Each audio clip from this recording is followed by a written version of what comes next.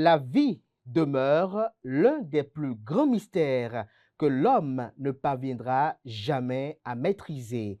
Chers amis internautes, comment comprendre que celui qui avait construit sa propre maison finisse un jour locataire, que celui dont le garage abritait plusieurs véhicules en vienne à marcher faute de moyens de locomotion, que celui qui avait une famille nombreuse termine sa vie dans une solitude que seuls ses neveux viennent rompre, que celui qui distribuait autrefois du travail se retrouve à en demander, que celui qui nourrissait des dizaines de personnes peine un jour à assurer son propre repas, ou encore que celui qui était entouré d'une foule d'amis voit son téléphone devenir silencieux lorsque les épreuves s'installent. Chers amis internautes, voilà la vie.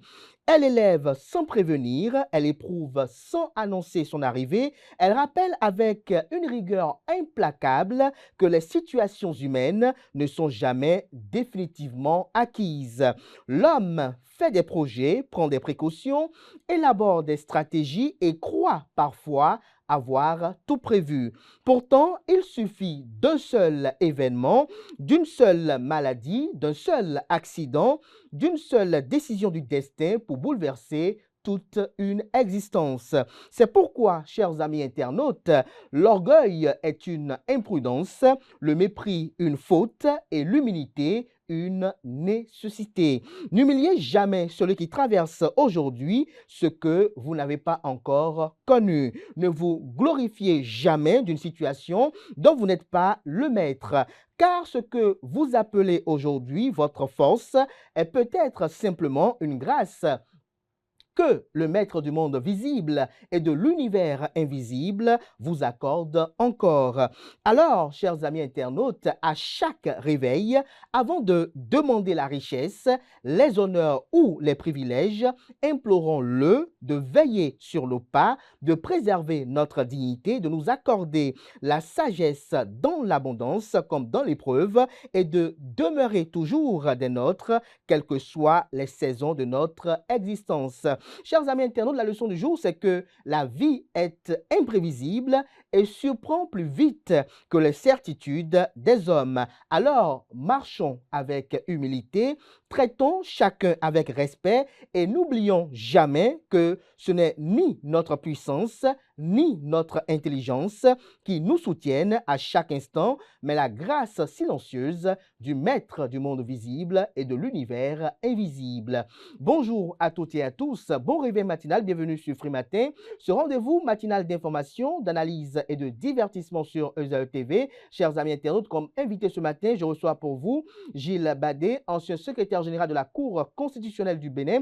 Il est là ce matin pour nous éclairer sur les réformes constitutionnelles du Sénégal. On en parlera avec lui, on commentera cette actualité majeure qui défraie la chronique dans la sous-région. Mais avant de le retrouver, vous aurez droit à la une des journaux, au bulletin matinal d'information, à la page des sports, au truc des astuces, à la rubrique prénom du jour, à l'artiste du jour et aux prévisions astrologiques, sans occulter le panel de discussion qui sera avec Nosrine Fatoumbi, Anel Dou, Maurice Semasoussi et Achille Ouenou. Chers amis internautes, juste après l'instant pub, on se retrouve pour la une des journaux.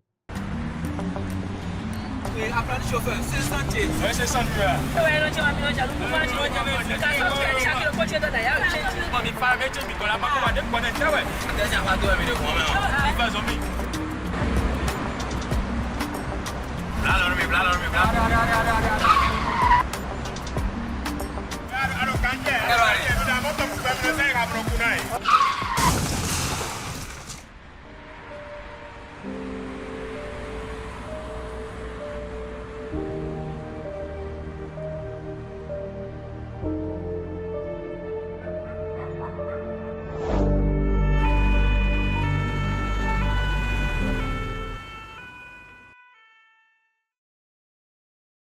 Ensemble, disons oui à la courtoisie au volant. Stop à l'excès de vitesse, à la distraction au volant et à l'incivisme sur la route.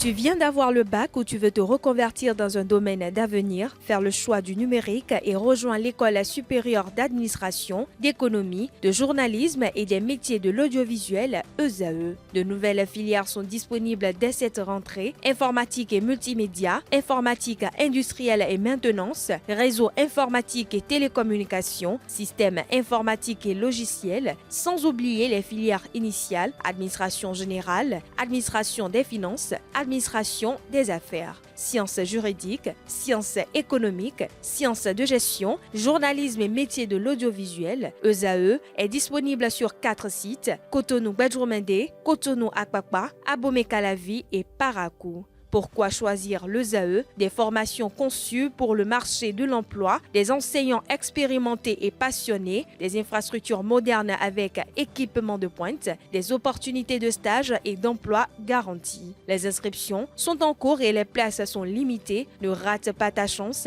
Donne vie à tes ambitions avec l'ESAE. Contacte-nous vite par appel ou par WhatsApp au 01 98 98 14 00 ou via email scolarité@esae.bj et visite notre site web www.esae.bj. Ton futur commence maintenant avec l'ESAE. Tu investis dans un avenir professionnel, concret et sécurisé. ESAE, l'excellence à un nom.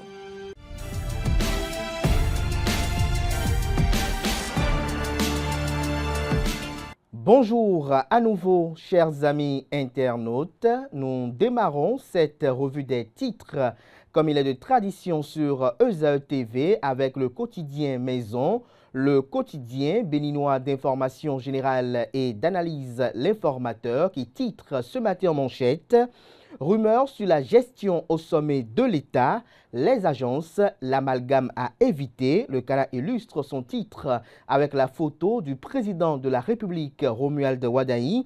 Il écrit que la dissolution de certaines agences, y compris celle de la sauvegarde de la culture, n'émane pas de l'avènement du président Romuald Wadaï. Elle a été faite sous le régime Talon, non pas que l'expérience n'est pas concluante, mais dans le but de capitaliser les expériences acquises par elle. Lisez l'article dans son intégralité à la page 3 pour mieux comprendre.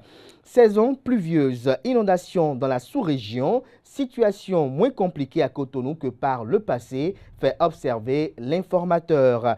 Traversée du pont de Djonou, l'appel de Georges Anagonou, chef service communication du Centre national de sécurité routière CNSR, a retrouvé à la page 4 de la proposition. Secteur des médias, les grandes décisions de la première session ordinaire de 2026 de la Haute Autorité de l'Audiovisuel et de la Communication HAC est à lire à la page 6 de la proposition. À l'oreille droite, on lit: Journal École, la culture, un outil de souveraineté, de cohésion sociale et de développement économique.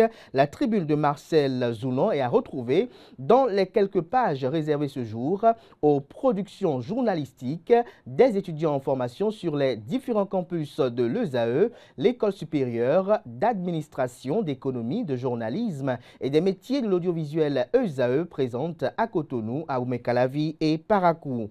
La Nation, ce matin, manchette, parle du bilan de la première session ordinaire de la Haute Autorité de l'Audiovisuel et de la Communication HAC, intense régulation et des réformes. Retrouvez l'article qui rend compte à la page 3 de la proposition. Commerce international, la Chine renforce son avantage en Afrique. L'article à retrouver à la page 2. On peut lire également à la une du quotidien de service public ce matin: correction du baccalauréat 2026, des signaux globalement encourageants. L'article en page 7. Fraternité ce matin manchette: forte pluie à Cotonou, à Abomey-Calavi et environ, routes inondées, activités économiques impactées, matinée éprouvante au pont de Djonou, circulation perturbée. Les mesures prises par le ministère du cadre de vie sont à retrouver aux pages 2 et 3 avec un album photo, notamment de la situation hier sur certains axes routiers du pays. On peut lire également à la une de Fraternité de ce matin: Alimentation, le sel, bien plus qu'un simple condiment. L'article à retrouver à la page 6 de la proposition. Travail domestique au Bénin, les syndicats brisent le silence sur un secteur longtemps oublié. Le cri d'alerte est à lire à la page 6 de la proposition. Le matinal à présent, surveillance et technologie. Romuald Wadaï verrouille les frontières du Bénin. Le Canada écrit noir sur blanc que face à la persistance de la menace terroriste dans le nord du pays, le président de la République, Romuald Wadaï, mise sur l'innovation. Son projet de société 2026-2033 prévoit un déploiement massif de technologies de pointe pour sécuriser les frontières avec le Niger et le Burkina Faso. Une stratégie globale qui associe montée en puissance militaire et surveillance high-tech. Lisez l'article à la page 3 pour mieux comprendre. Toujours à la une de Le Matinal de ce matin, forte perturbation du trafic dans les villes d'Abomey-Calavi et de Cotonou. Suite aux pluies diluviennes d'hier, le gouvernement met en place un plan de contournement. Forces armées béninoises, le général d'armée aérienne Bertin Bada fait ses adieux à l'uniforme. Un article qui rend compte de la cérémonie d'hier 30 juin, notamment à la base aérienne de Cotonou, est à lire à la page 2 de la proposition. Matin libre, ce matin manchette, élevage de volailles au Bénin, le défi des 80 000 tonnes manquantes, l'article en page 2. Toujours à la une du quotidien Matin libre de ce matin, construction d'infrastructures dans le 2e arrondissement de la ville de Parakou. Le maire Zulkiful Zakari expose les réalisations, lesquelles vous sont rapportées à la page 5 de ce mercredi. Le Béninois libéré, élection du président de la Fédération béninoise de football, condition sine qua non, un visionnaire, un programme ambitieux. Les Béninois exigent d'évaluer tous les projets. Retrouvez l'article dans les colonnes de la proposition de ce matin de Le Béninois libéré. Départ à la retraite du général d'armée aérienne Bertin Bada. L'armée béninoise salue une légende. Le Canada écrit que l'émotion a été palpable ce mardi 30 juin 2026 sur le tarmac de la base aérienne de Cotonou. Dans une atmosphère empreinte de solennité et de profond respect, les forces armées béninoises ont salué le départ à la retraite du général d'armée aérienne Bertin Bada. Le plus haut gradé de l'armée béninoise fait ses adieux au service actif, tournant ainsi une page majeure de l'histoire militaire du pays. Avec 43 années de loyaux services sous le drapeau, le général Bertin Bada incarne à lui seul un pan entier de l'évolution de l'armée béninoise. Lisez l'article du Canard qui retrace le parcours emblématique notamment de l'autorité militaire qui est partie à la retraite hier dans les colonnes de la proposition de ce matin. Toujours à la une de Le Béninois libéré de ce matin, accès à l'eau potable à Parakou, la mairie dote le marché de Quilombo d'un forage. Le potentiel à présent, inondation à Abomey-Calavi et perturbation de la circulation routière, le ministère du cadre de vie annonce des mesures palliatives. Toujours à la une de Le Potentiel de ce mercredi, impliqué dans une affaire de prêt devant le tribunal de commerce de Cotonou, le pasteur Edgar Gidigbi condamné à payer 55 millions à une structure de microfinance. Le Canard renseigne que le pasteur Edgar Gidigbi, bien connu du milieu de la gestion immobilière au Bénin, est encore en conflit avec la justice et une structure des systèmes financiers décentralisés, encore appelée structure de microfinance. Le célèbre pasteur béninois a été notamment condamné il y a quelques jours par le tribunal de commerce de Cotonou dans une affaire de prêt auprès de la structure de microfinance qui date d'il y a 10 ans. Lisez l'article à la page 2, notamment sur cette affaire. Université d'Abomey-Calavi, la FSS, met 98 nouveaux diplômés sur le marché.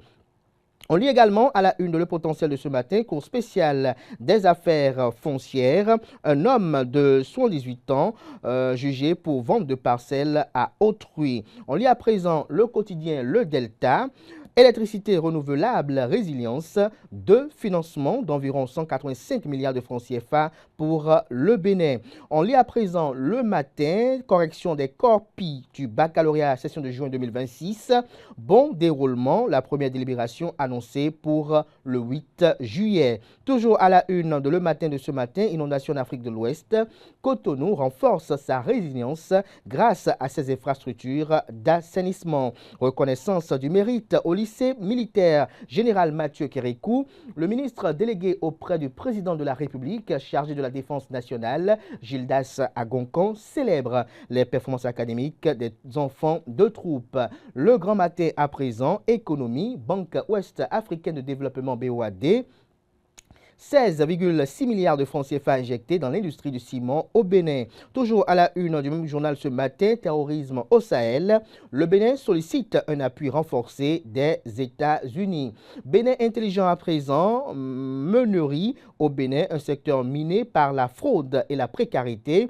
Au moins 80% des moulins électriques sont installés sur des compteurs tronqués. De quoi parle le confrère? Lisez le fruit de ces investigations aux pages 2 et 3 de sa proposition de ce mercredi matin. Tourisme et culture, fin de cycle pour l'ADAC et l'ANPT, Bénin Tourisme, Bénin Tour et SOPA maintenus. Lisez l'article à la page 3 de la proposition de ce matin de Bénin Intelligent. Libération à présent. Réorganisation de l'administration publique, importante mise au point sur les agences culturelles et touristiques. Retrouvez des précisions dans les colonnes de la proposition de ce matin du Canard qui communique en deuxième titre à la une. HAC, Haute Autorité de l'Audiovisuel et de la Communication. La première session ordinaire 2026 s'achève sur 9 décisions majeures, lesquelles vous sont exposées dans les colonnes de la livraison du jour. Le bi-hebdomadaire Kinikini ce matin manchette, titre, programme de développement des infrastructures, un bilan satisfaisant pour la coopération suisse et le gouvernement du Bénin, un véritable booster pour le développement local. Lisez des précisions à la page 3 de la livraison. Renouvellement des membres de l'ODEM. Acteurs de la société civile et professionnels des médias invités à postuler, la nouvelle date butoir fixée au 3 juillet 2026. On lit à présent Adiaché News. Après 43 années de bons et loyaux services au sein des forces armées béninoises, le général d'armée aérienne Bertin Bada quitte le service actif. Le quotidien Gaskiani Info à présent, débordement des eaux au niveau du pont de Djonou à Ouedonou, embouteillage monstre et colère des usagers. L'article qui fait le constat ou qui rapporte le constat effectué sur le terrain est publié à la page 4 de la proposition. Le quotidien L'Emblème du jour ce matin, titre Conseil des ministres, une session mensuelle très attendue. Retrouvez les espérances à la page 3 de la livraison. Toujours à la une du même journal ce matin. Coopération Bénin-Tchad, Romuald Ouadaï reçoit un envoyé spécial du président tchadien. On lit à présent la boussole, réorganisation institutionnelle, aucune nouvelle dissolution d'agence par Romuald Ouadaï. Les suppressions évoquées avaient déjà été effectuées sous le régime Talon. Le Canard illustre son titre d'une image qui a été prise notamment le 24 mai dernier, lors notamment du départ du président de la République Patrice Talon, notamment du palais de la Marina. Vous avez sur les images Patrice Talon et Romuald Ouadaï. Toujours à la une de Même Canard ce matin, médias et régulation, la haute autorité de l'audiovisuel et de la communication HAC dresse le bilan de sa première session ordinaire de 2026. 12 rapports examinés, 9 décisions adoptées et le cap mis sur la modernisation du paysage médiatique. Retrouvez les espérances à la page 4 de la livraison. Toujours à la une de Même Canard ce matin, eau et développement. Le Tchad mobilise le Bénin pour le forum de N'Djamena. Toujours à la une de Même Canard ce matin, trafic de drogue déjoué à Bembereke. Les trafiquants prennent la fuite et abandonnent 6 sacs de chanvre indien. Le Télégramme ce matin à la une, après 43 années sous le drapeau, le général d'armée aérienne Bertin Bada fait ses adieux aux armes. Toujours à la une de Le Télégramme de ce matin, réforme de l'administration au Bénin, Romuald Ouadaï supprime plusieurs agences publiques. Placement d'argent en ligne au Bénin, 5 ans de prison requis contre un pasteur présumé responsable de la plateforme CEA. Drame à Semekpodi sur le lac Nokoué, un agent passeur tué par des militaires à Gbakpodji. Retrouvez l'article à la page 4 pour mieux comprendre de quoi parle le confrère. Ce sera tout pour la une des journaux de ce matin. Merci de votre aimable attention.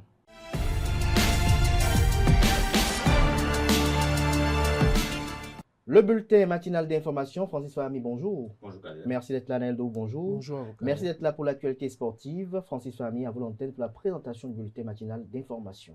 Merci à toutes et à tous. Bonjour, chers amis internautes. Les intempéries d'hier, 30 juin, ont causé des perturbations de circulation routière, notamment à Abomey-Calavi. Au niveau du pont de Djonou, la montée des eaux a rendu le passage particulièrement dangereux pour les usagers. Le chef de la cellule de communication du Centre national de sécurité routière, Georges Anagonou, a appelé les populations à la prudence. Il a recommandé d'éviter totalement le secteur jusqu'à nouvel ordre afin de prévenir tout risque d'accident et de garantir la sécurité des usagers. Suivez plutôt.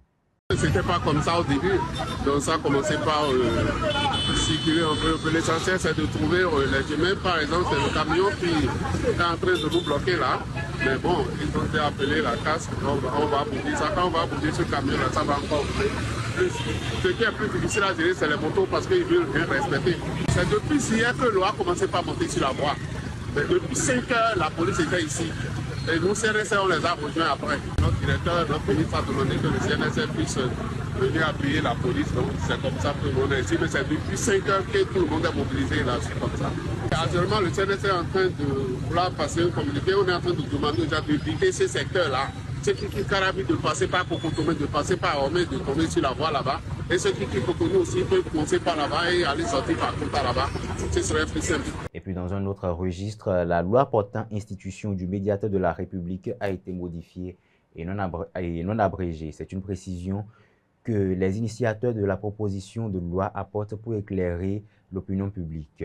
Avec la modification apportée, faut-il que les agents en service au médiateur de la République aient des inquiétudes, plus de précision dans cet élément? C'est une erreur notoire que de dire que le médiateur de la République n'existe plus après la modification de la loi qui crée cette institution. Nous n'avons pas supprimé, on n'a pas abrogé cette loi portant l'institution du médiateur de la République. On n'a fait que modifier cette loi pour optimiser l'institution, rationaliser son existence, en faisant en sorte que son ancrage soit désormais au niveau du Conseil économique et social qui joue également des rôles similaires. Et il est dit que désormais la fonction de médiateur de la République sera exercée par le premier vice-président du Conseil économique et social. Donc je ne vois pas en quoi on peut aller dans des supputations du genre que le médiateur de la République aurait été supprimé. Le médiateur de la République n'a pas été supprimé, il existe bel et bien. Quand on examine le rôle que joue le CES depuis la dernière loi et celui que joue le médiateur, il y a quelques interférences et il y a la question d'efficacité dans l'approche même. Parce qu'aujourd'hui, vous savez que le CES est même décentralisé. Il a des représentations départementales. Il y a des missions d'écoute sociale qu'ils font. Et au même moment, le médiateur fait presque la même chose, mais beaucoup plus pointu parfois. Le mieux, c'est d'aller dans le sens de regrouper et de rendre plus efficace l'action publique. C'est des questions de relations de travail entre l'État, qui est l'employeur de ces travailleurs qui sont dans l'administration du médiateur de la République, et ces travailleurs-là. Et je reste convaincu que, étant donné que les dossiers continueront à être gérés par le nouveau médiateur qui sera le premier vice-président du Conseil économique et social, ces dossiers forcément seront tous transférés dans cette administration. Et je ne pense pas que cette administration puisse fonctionner sans son personnel. Et donc le personnel qui existe déjà au niveau de la médiature, à mon avis, continuera de travailler avec le nouveau médiateur.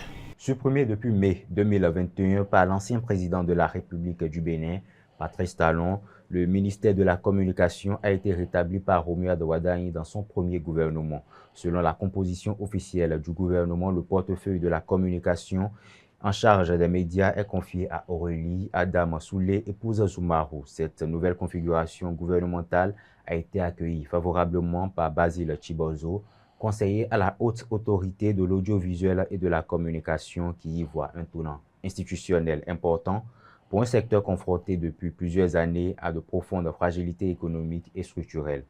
On l'écoute au micro de Nassirine Fatombi et de Quentin Amoussou. Bonne chose que le ministère de la Communication revienne un peu pour s'occuper de façon verticale des hommes et femmes des médias.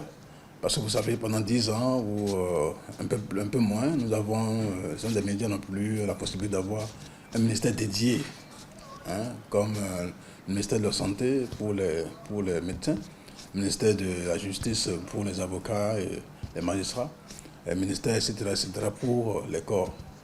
La presse a été déshabillée de ce corps-là, mais qui est rétabli maintenant par le gouvernement, le président Wadaï. C'est une bonne chose, quitte à maintenant savoir un peu en termes de l'AOF, quelle sera, disons, la consistance et le travail qui sera fait par ce ministère-là.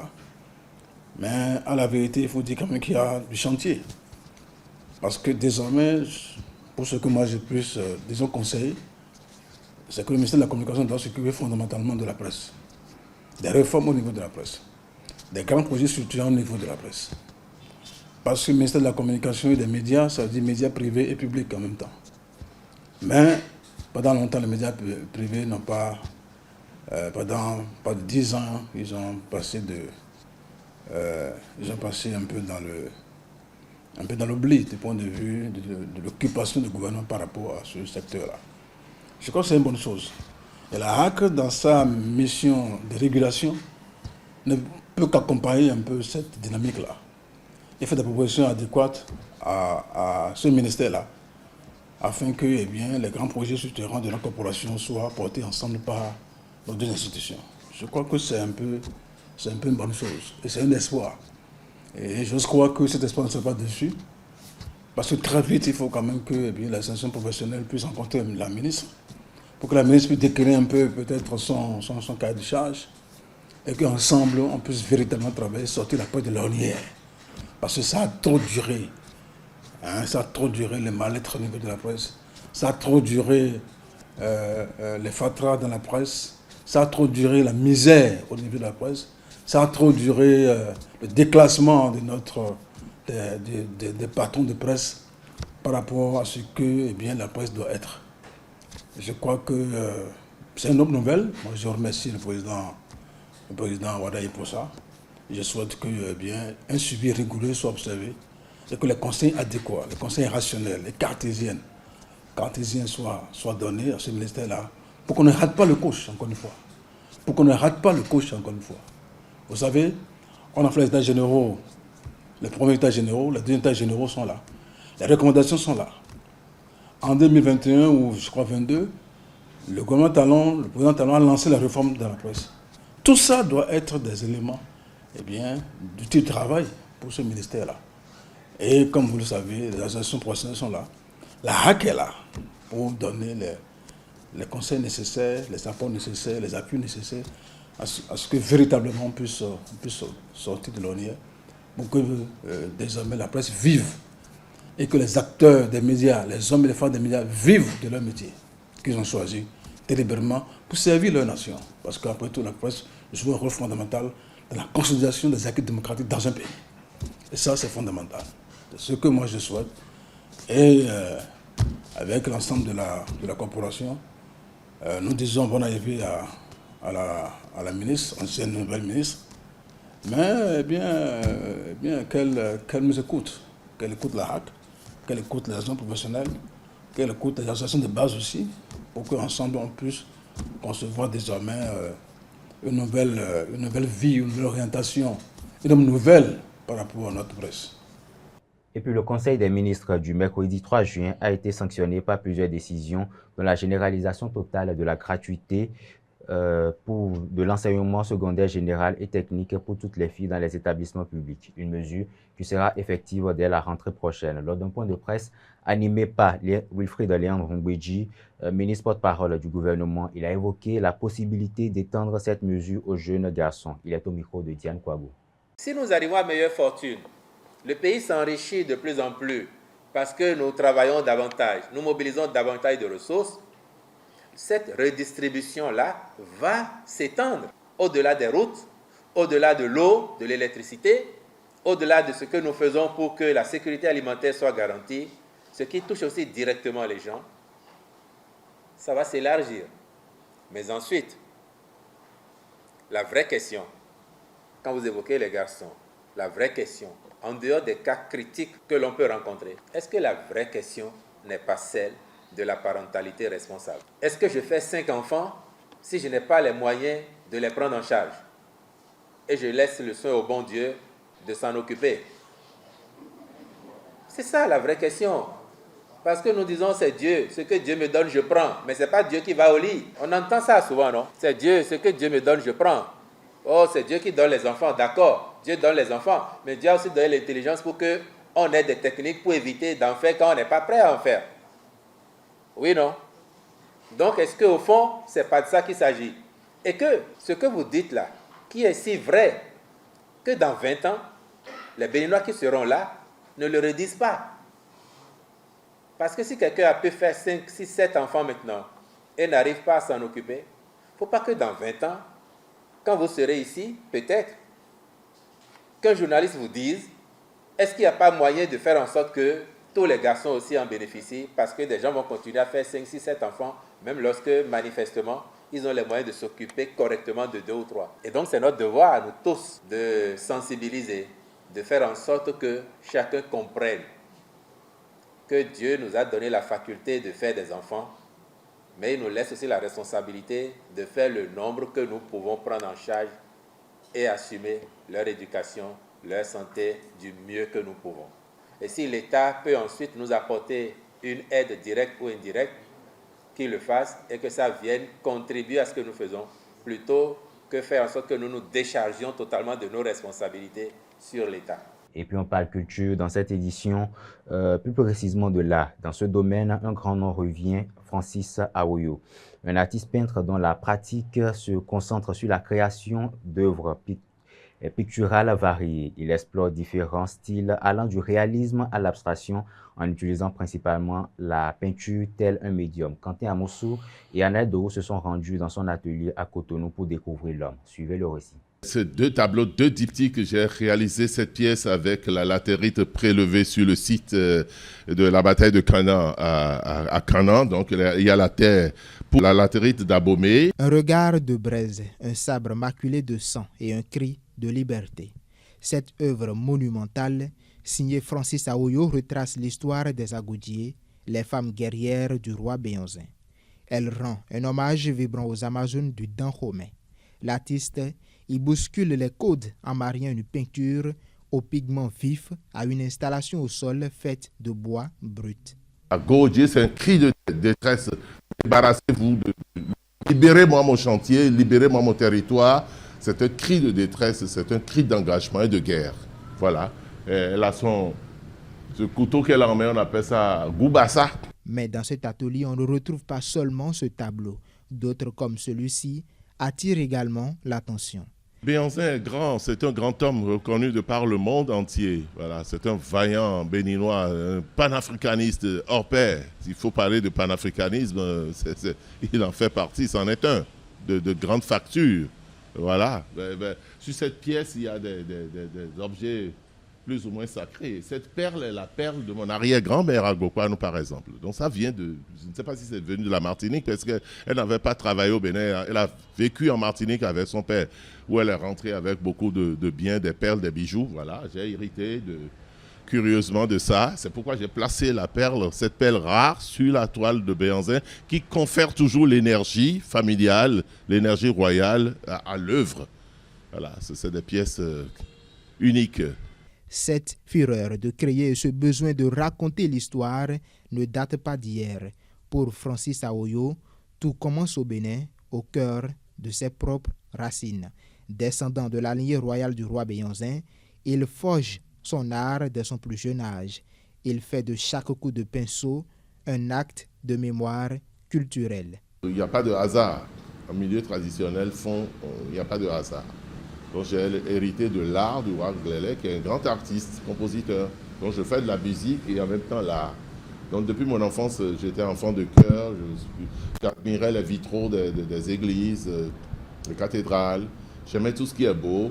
Je savais disposer des bichettes d'allumettes pour fabriquer des petits objets d'art, ramasser des bois, les ajuster, des morceaux de tissu de couleur et faire des petits tableaux, des cahiers de choix aux amis à l'école. Voilà, j'ai l'art dans le sang depuis le berceau.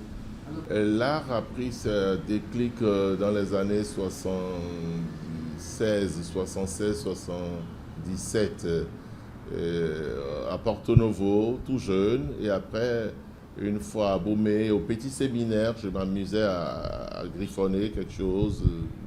Mais ça a pris vraiment corps à Bomé dans les années 80. Dans les années 80. Avec Yves Pédé, mon aîné, paix à son âme. Il y avait un autre artiste à Bomé, Las Dolas, Akpanka, je crois. Voilà, ce sont eux qui m'ont encouragé. Et Gracien Zossou, il était à Bomé et il m'a dit « Ah, tiens, toi tu vas aller loin avec ce que je vois, avec tes traces sur toile, tes traces hésitantes vont devenir quelque chose, vont devenir des lignes droites et des courbes respectables et respectées. » Voilà la blague de l'époque. Et puis, bon, tout un galet, je m'amusais à peindre avec le charbon noir ou le fusain que j'ai découvert après à Marseille. Voilà, la latérite toujours, le carolin, surtout le carolin, et les sables prélevés dans les forages de puits. Les puits d'Abomey sont des puits très profonds. Il y avait plusieurs couches de sable, des sables roses, jaunes, de verdâtre, de violacé. Et voilà, donc on agençait ces sables pour faire des petits dessins sur des ardoises, sur des morceaux de conte plaqués découpés. Donc mon art sur toile a pris corps vraiment dans les années 79, 80, du petit séminaire à Abomey. Voilà, j'ai commencé tout doucement et j'ai foncé jusqu'en 89, 90. Ça a pris vraiment corps. Mon premier tableau, je l'ai vendu à Martin à Diagodo à Abomey. À l'époque, il m'a donné 50 000 francs CFA, mais c'était beaucoup pour cette année-là, en 89, 88. 90, c'était beaucoup d'argent, c'était comme 1 million. Un art qui n'a pas de limite et qui est très perspicace. Je peins sur les thématiques, les scènes de société, la femme à la fontaine, sur le sida, la réinsertion des enfants de rue, les enfants abandonnés, la récupération de la matière tout court. Voilà. Il y a beaucoup de thèmes. Il n'y a pas de thème. Mon art n'a pas de limite. Je ne suis pas canalisé. Mon art n'a pas de limite. Je suis pluridimensionnel. Je fais des dessins. Je fais de l'abstraction. Je fais des collages.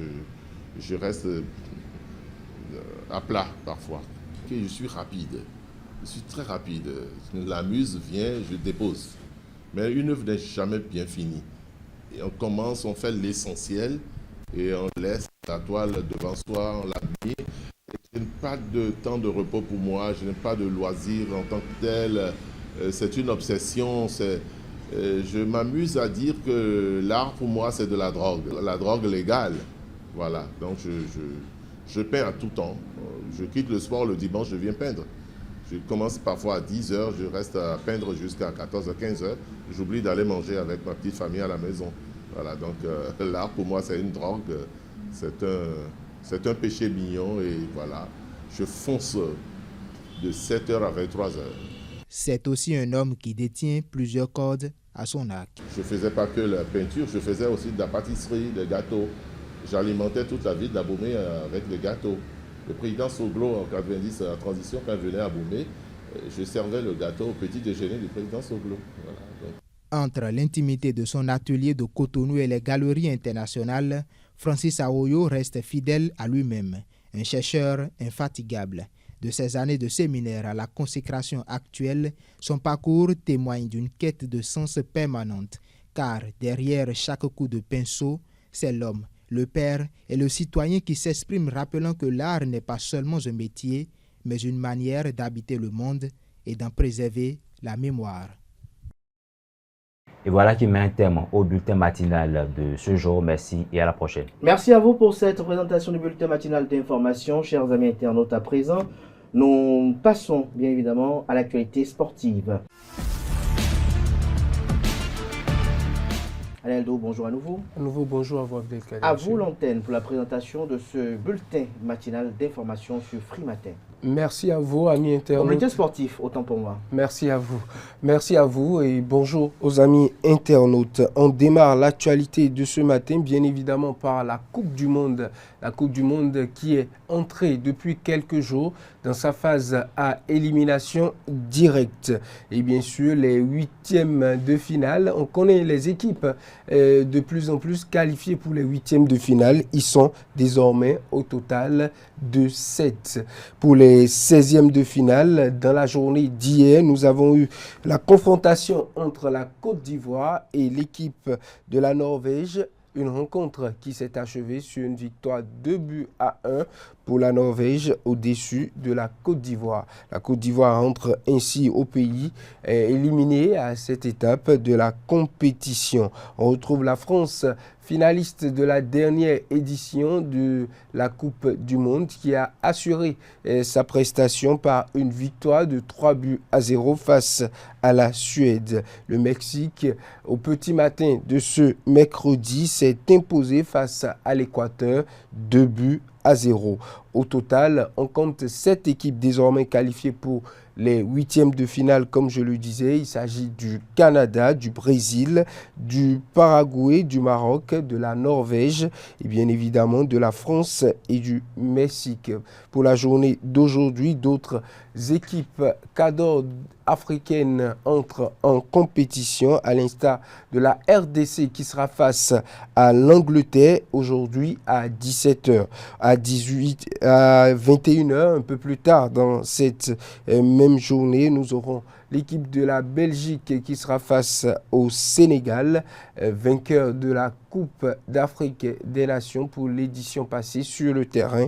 Le Sénégal qui va croiser les crampons avec l'équipe belge pour tenter de s'offrir une place aux côtés de l'autre équipe qu'on peut qualifier de vainqueur également de la Coupe d'Afrique des Nations dans les tribunaux selon les instances de la CAF. Il s'agit bien évidemment du Maroc. Le Sénégal va tenter de rejoindre le Maroc en huitième de finale. On aura également la rencontre États-Unis-Bosnie. Ça sera au petit matin du jeudi. Le match va se dérouler à 1h du matin. C'est tout pour l'instant pour les actualités concernant la Coupe du Monde. On passe à une autre information au plan national. À présent, les Guépards U17 ont entamé le lundi dernier leur deuxième regroupement au centre d'excellence d'Akpro Misrété dans le cadre des préparatifs du prochain tournoi UFOA-B. Après une première phase de détection qui a permis d'évaluer près d'une soixantaine de joueurs, le sélectionneur intérimaire Frédéric Nkponou a retenu une trentaine d'éléments, une trentaine dans l'effectif pour un nouveau stage prévu jusqu'au 5 juillet 2026. Au programme figurent des séances d'entraînement intensives, plusieurs matchs amicaux déterminés bien évidemment par le staff technique. Ce regroupement est également marqué par la convocation d'Ismaël Diarra, âgé de 15 ans et né en 2010. L'attaquant évolue au Canada sous les couleurs de l'AS Blainville, capable d'occuper plusieurs postes. Ce jeune vient renforcer l'effectif du Bénin pour ses préparations.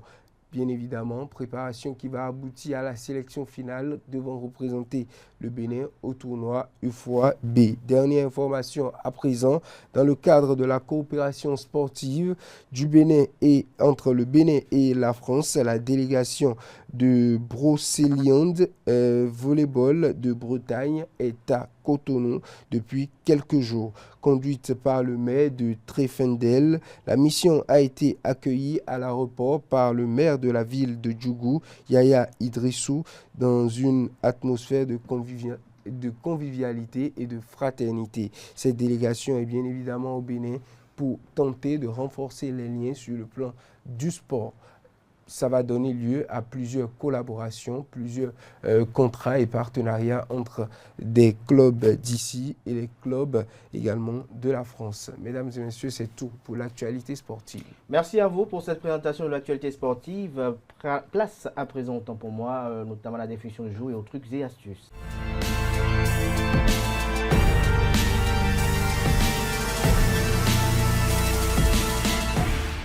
Les trucs et astuces avec Quentin comme la Moussou, bonjour. Bonjour Kader. Merci d'être là. Bonjour à vous Maurice Massoussi. Bonjour. Merci d'être là pour le prénom du jour. Quentin Moussou à vous l'antenne pour la présentation des trucs et astuces du jour. Mesdames et messieurs, bonjour. Et bien voilà, vous écoutez ma voix et elle est cassée. Donc ce matin, je me suis dit que je vais vous concocter quelques astuces pour vous permettre, vous qui avez également une voix cassée, de retrouver votre parfaite voix. Donc on va y aller très rapidement. Premièrement, hydratez-vous en abondance. On ne vous demande pas d'aller vous inonder d'eau. Simplement buvez régulièrement de l'eau, mais surtout tiède. Des tisanes agrémentées de miel et de citron. Cela vous permet d'humidifier et d'apaiser le larynx et les muqueuses. Vous pouvez également faire des inhalations de vapeur d'eau chaude, bien évidemment, pour hydrater vos cordes vocales directement. Et puis, deuxième astuce, évitez les irritants. Bannissez le tabac, l'alcool et la caféine. Ce sont des trucs qui assèchent la gorge. Pour adoucir, dans ce sens-là, les inflammations, vous pouvez sucer des pastilles à base de miel ou des propolis qui favorisent la syllabation. Voilà, amis internautes, des astuces assez concrètes que vous pouvez utiliser qui vous permettront de retrouver rapidement votre voix. Merci à vous pour cette présentation, chers amis internautes. Place à présent au prénom du jour.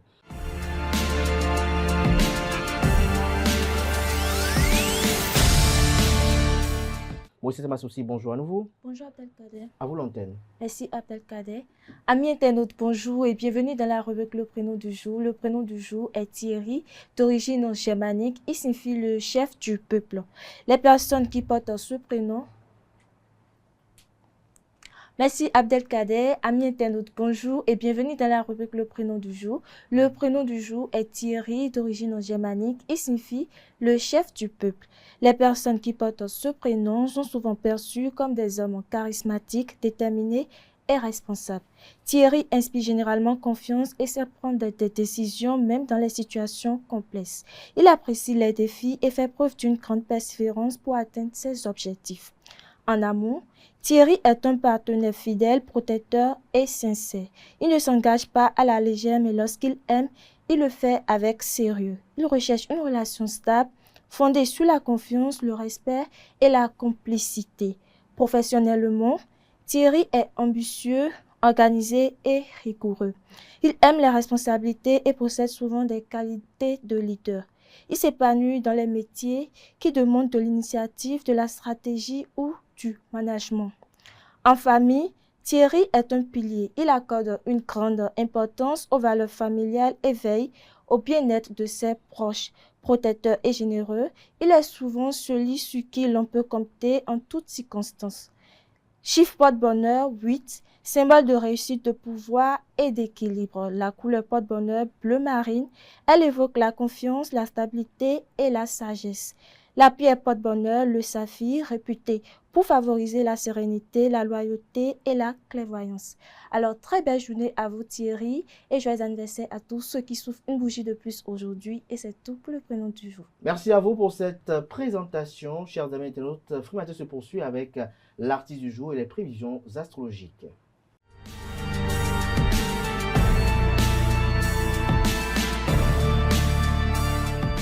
L'artiste du jour avec vous, Achille Kounou, bonjour. Bonjour, Kader. Merci d'être là. Bonjour à vous, Nasrine Fatoumbi. Bonjour, Abdelkader. Merci également d'être là pour notamment les prévisions astrologiques. Achille, ce matin, vous nous parlez de qui? Ce matin, je vous parle de l'artiste chanteur Dibi Dobo, l'artiste rappeur béninois. Nasrine, vous conseillez Dibi Dobo?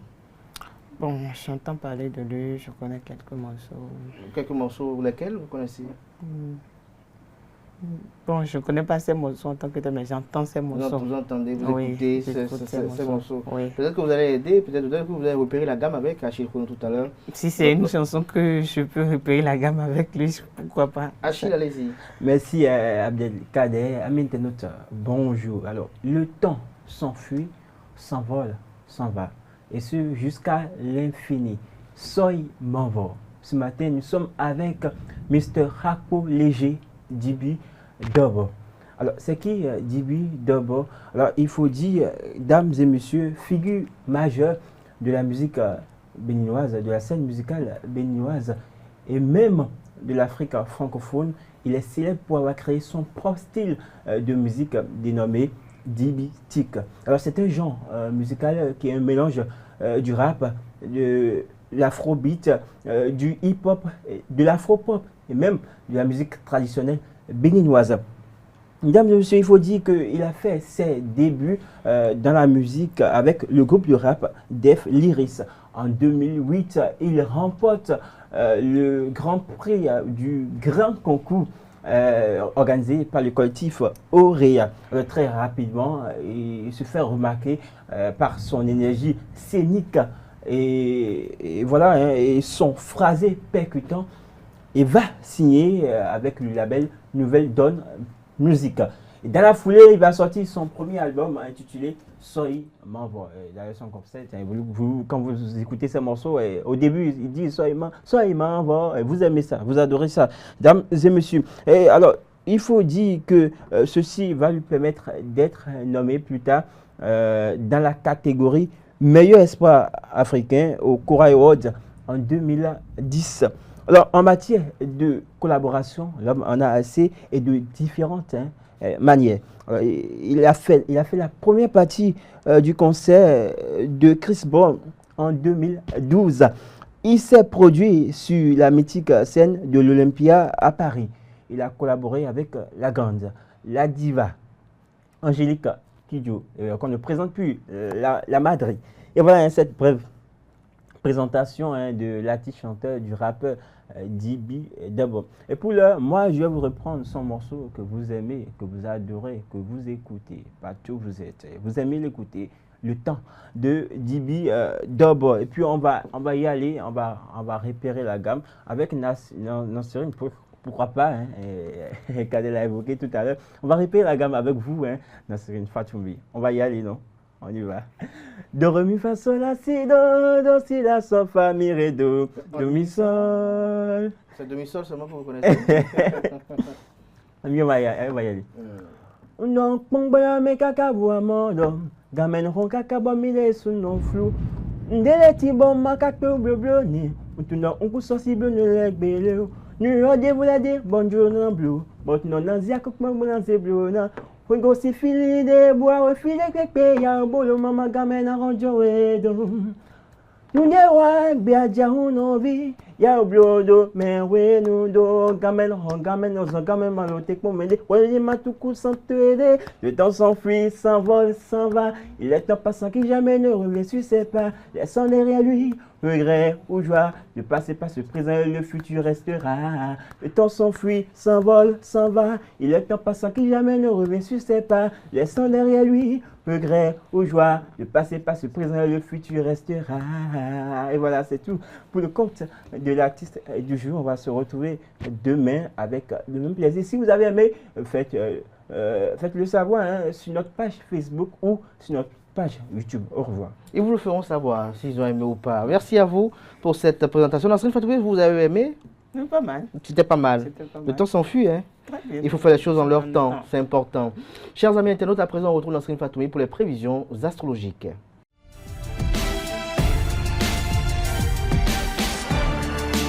Les prévisions astrologiques, Nasserine Fatoumbi, bonjour à nouveau. Bonjour à nouveau Abdelkader. À vous l'antenne. Merci Abdelkader, amis internautes, bonjour et bienvenue sur la rubrique l'horoscope du jour. Bélier, vous avez beaucoup de travail, mais vous pourrez quand même rendre visite à un de vos amis ou prendre des nouvelles de personnes âgées de votre famille. Il n'y a pas que le travail dans la vie, soignez également vos relations. Amis taureaux, aujourd'hui, vous aurez l'art de faire passer vos messages tout en diplomatie. Vous allez gagner la compréhension de votre entourage. Gémeaux, la chance est là. Profitez de cette journée pluvieuse où tout se mettra en place. Il est important que vous dominiez votre caractère et votre impulsivité, car si vous ne prêtez pas attention aux gens que vous aimez, vous aurez des problèmes avec eux. Natif du signe Cancer, cette journée est idéale pour terminer des affaires légales, des dossiers qui datent de longtemps. Des contentieux également. Des alliances amicales deviendront possibles. Lion, votre confiance en vous est en progression. Des vérités se révèlent avec une personne de votre entourage. Une lassitude physique se fait sentir. Vous auriez besoin de repos et de changement d'air. En attendant, il faudrait chercher la détente. Chers amis vierges, grâce au bon influx du moment, vous allez privilégier la qualité de vos rapports à la quantité. Ainsi, vous allez à l'essentiel en dialoguant avec les bonnes personnes. Balance à présent, votre charisme vous permettra de remporter un grand succès relationnel ou lié aux médias. Vous rayonnez aujourd'hui. Si vous êtes du signe Scorpion, vous allez gagner des points auprès de votre auditoire ce mercredi si vous saisissez la balle au bon, ce que vous ferez au mieux en suivant les pistes qui se présentent spontanément et sans a priori. Sagittaire à présent, c'est une journée idéale pour vous échapper de la vie quotidienne avec qui vous le souhaitez et pour profiter de sa compagne. C'est le moment de dire ce que vous pensez aux personnes que vous aimez le plus. Cher Capricorne, une personne plus âgée vous aidera à changer votre vision des choses dans le bon sens. Aujourd'hui, vous aurez une énergie qui semble inépuisable. Attention, vous avez les yeux plus gros que le monde. Prenez le temps de vous aérer. Avant-dernier signe du zodiaque Verseau, votre sociabilité vous attirera les faveurs des nouvelles personnes aujourd'hui. L'atmosphère tranquille dans laquelle vous évoluez viendra cimenter vos relations. Poisson, pour finir, aujourd'hui, vous allez vous sentir en paix et plus libre pour agir. Le moment est venu d'aller de l'avant, d'exprimer ce qui vous tient à cœur, de faire part de vos idées et de vous démarquer par votre créativité. Voilà, Abdelkader, amis internautes, c'est tout pour le message des astres de ce mercredi matin. Merci à vous pour cette présentation Nasrine Fatoumbi. Chers amis internautes, à présent, on passe au panel de discussion.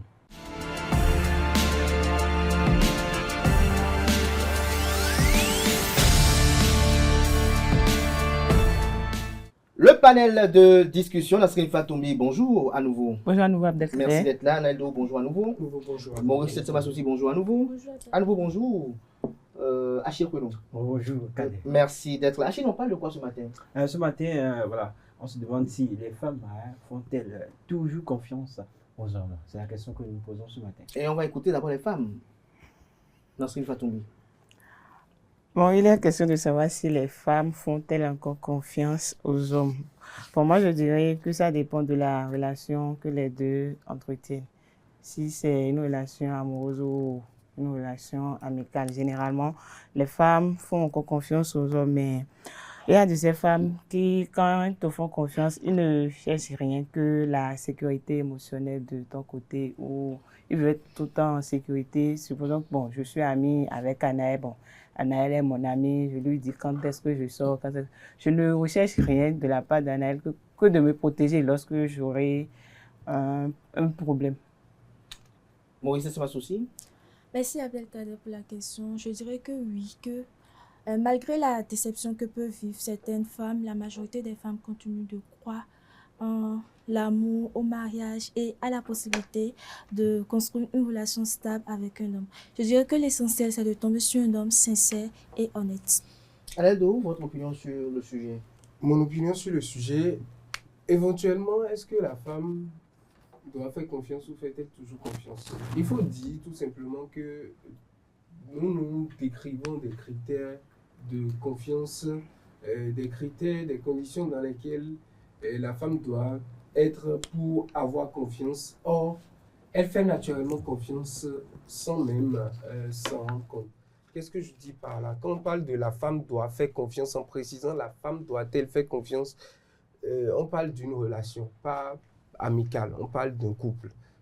Dans le couple, est-ce que la femme doit faire confiance? Je pense que du moment où vous dormez à côté de quelqu'un, du moment où vous baissez la garde, du moment où vous pouvez aller dans votre inconscience à côté de quelqu'un, c'est-à-dire que lorsque vous êtes dans une même chambre avec une personne et que vous pouvez vous endormir pendant que cette personne est là, c'est que vous lui faites assez confiance pour protéger votre vie.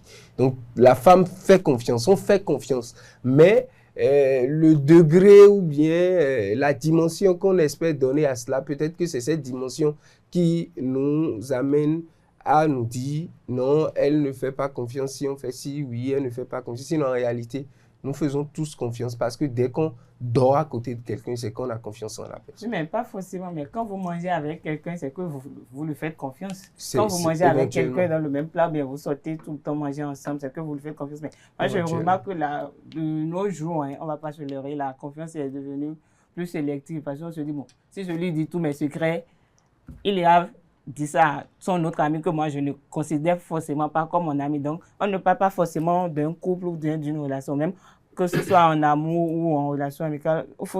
Il y a toujours la confiance. Moi, je crois que la confiance, c'est la base d'une relation, même si ce n'est pas forcément amoureuse. Oui, ce n'est pas forcément amoureuse.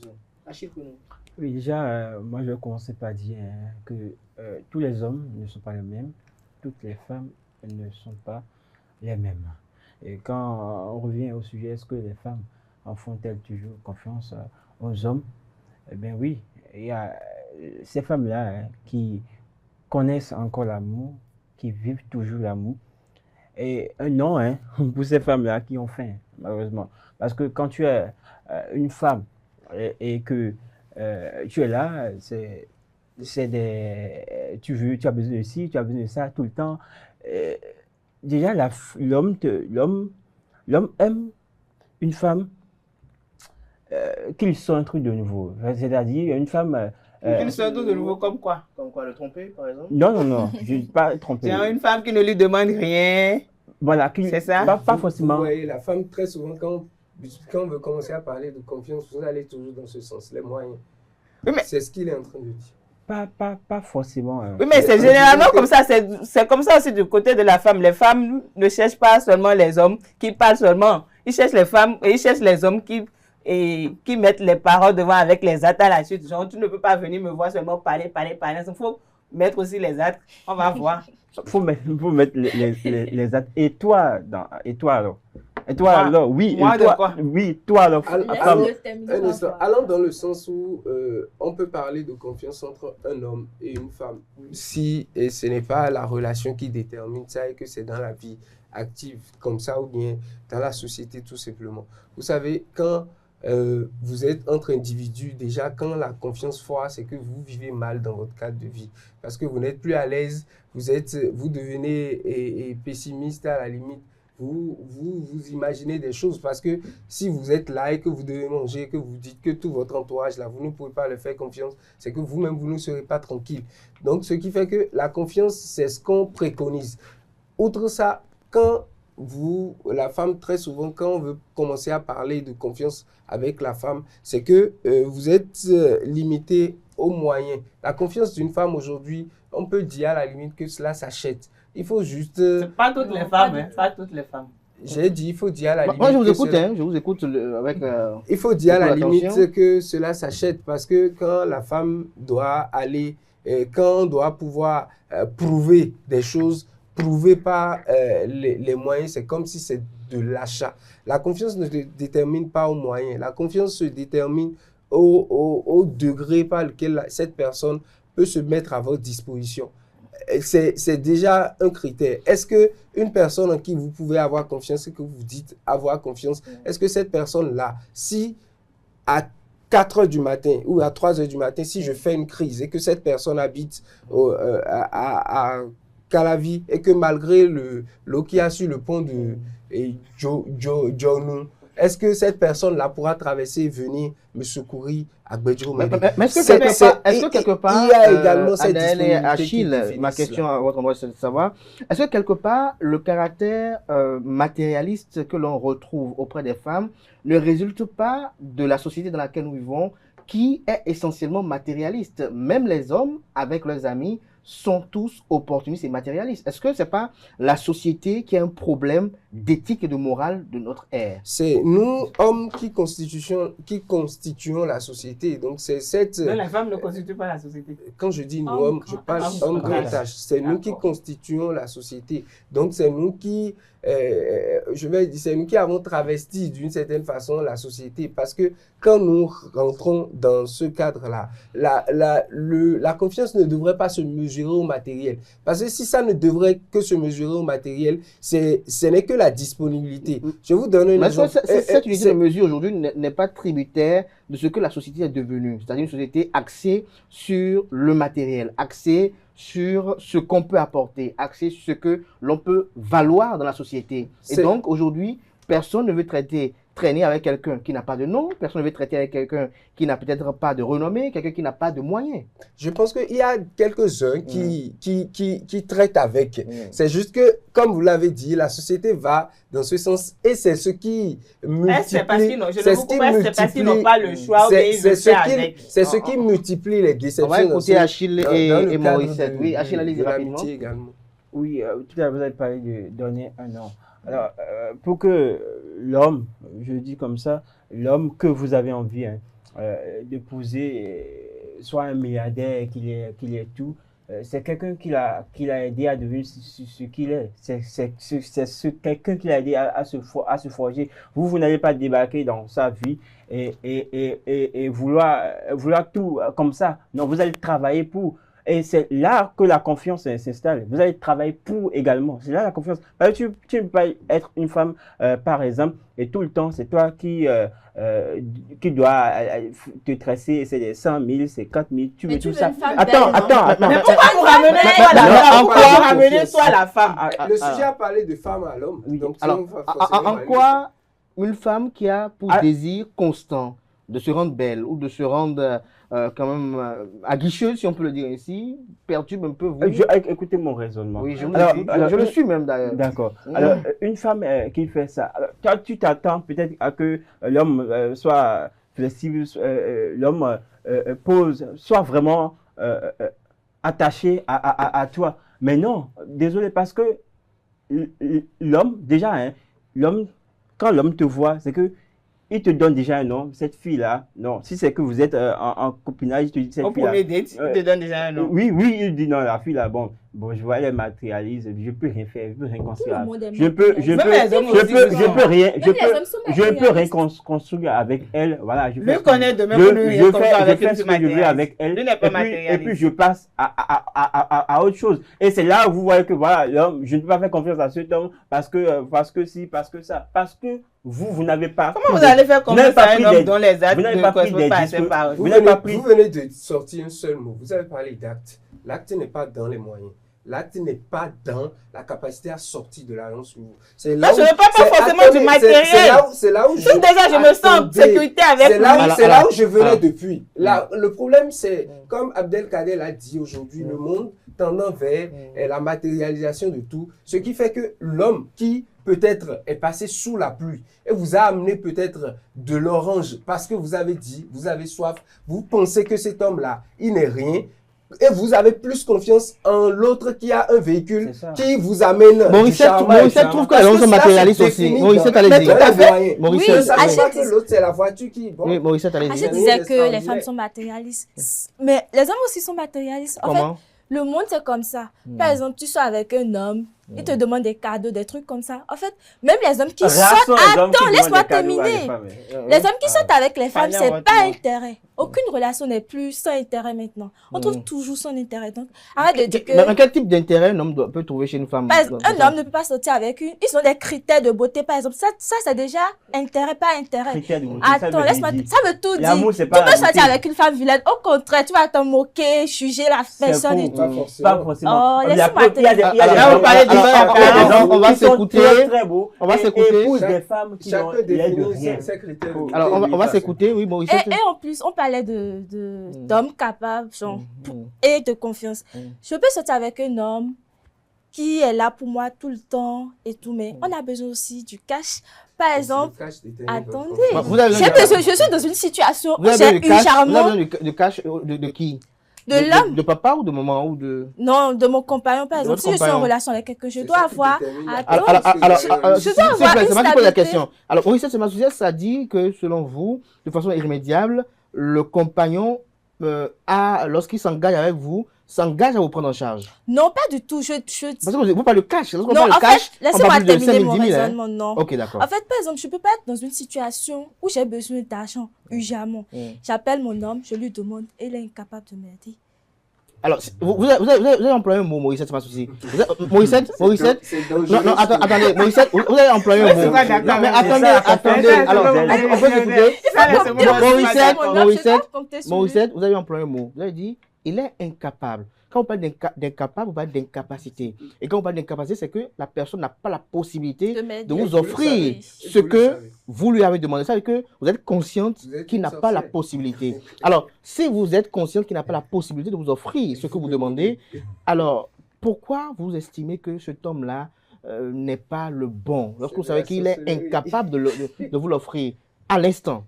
Non, bon, il y a aussi les sentiments qui parlent. En tout cas, on va revenir tous peut-être ensemble dessus demain. Oui, Nasrine, vous le dites, placez le mot. Non, demain. Alors, on va y revenir demain avec les mêmes intervenants. Peut-être que la journée d'aujourd'hui à demain va permettre à chacun de mûrir davantage ses opinions, de mieux les affûter pour pouvoir les contrecarrer demain. Merci à Nasrine Fatoumbi, merci à Neldo, merci à Maurice Timasoussi, merci à Achille Renou. Chers amis internautes, à présent, je vais installer Gilles Badé pour l'invité matinal de ce matin sur Free Matin.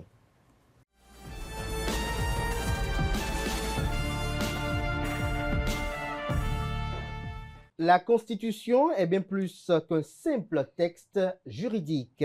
Elle est la charpente de l'État, le pacte qui organise les pouvoirs, protège les libertés et garantit l'équilibre des institutions. Y toucher n'est jamais un acte anodin.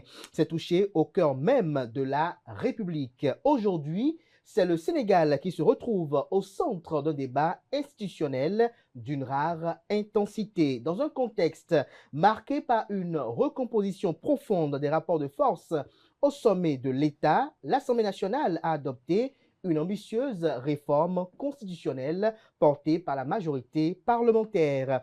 Un texte qui entend notamment renforcer les pouvoirs du Parlement, réaménager les prérogatives du président de la République, instituer une cour constitutionnelle en remplacement de l'actuel Conseil constitutionnel et redessiner certains équilibres institutionnels. Le gouvernement a annoncé que cette réforme sera soumise au peuple sénégalais par voie référendaire. Chers amis internautes, pour les uns, cette réforme constitue une avancée démocratique destinée à rééquilibrer les institutions et à consolider l'état de droit. Pour les autres, elle intervient dans un climat politique particulièrement tendu sur fond de rivalité entre les principales figures du pouvoir, suscitant des interrogations sur ses véritables motivations et ses implications pour l'avenir de la démocratie sénégalaise. Au-delà du Sénégal, cette séquence interpelle toutes les démocraties africaines. Jusqu'où peut-on réformer une constitution sans fragiliser la stabilité institutionnelle? Comment concilier l'impératif de modernisation des institutions avec la préservation de l'équilibre des pouvoirs et quelles leçons les autres États du continent peuvent-ils tirer de cette expérience? Chers amis internautes, pour décrypter les enjeux juridiques, politiques et institutionnels de cette réforme, je reçois pour vous ce matin un éminent juriste, fin connaisseur des institutions du droit constitutionnel, Gilles Badé, ancien secrétaire général de la Cour constitutionnelle du Bénin de 2016 à 2023.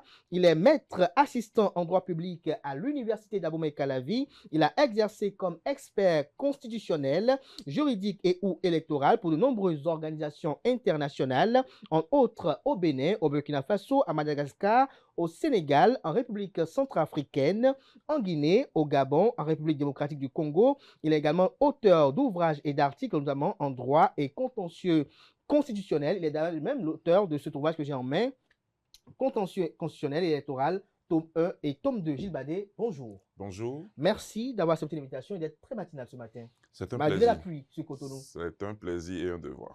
Alors, dites-nous, pour l'expert que vous êtes, comment peut-on interpréter ce qui se passe actuellement au Sénégal? Ben, ce qui se passe au Sénégal, c'est un paradoxe parce que, à la fois, il y a un désir de renouveler les institutions au Sénégal. Il y a comme un consensus qui a été fait depuis quelques années. En 2004, il y a eu des assises. À l'arrivée des nouveaux dirigeants du pays, il y a eu aussi des consultations. Il y a eu les assises de la justice.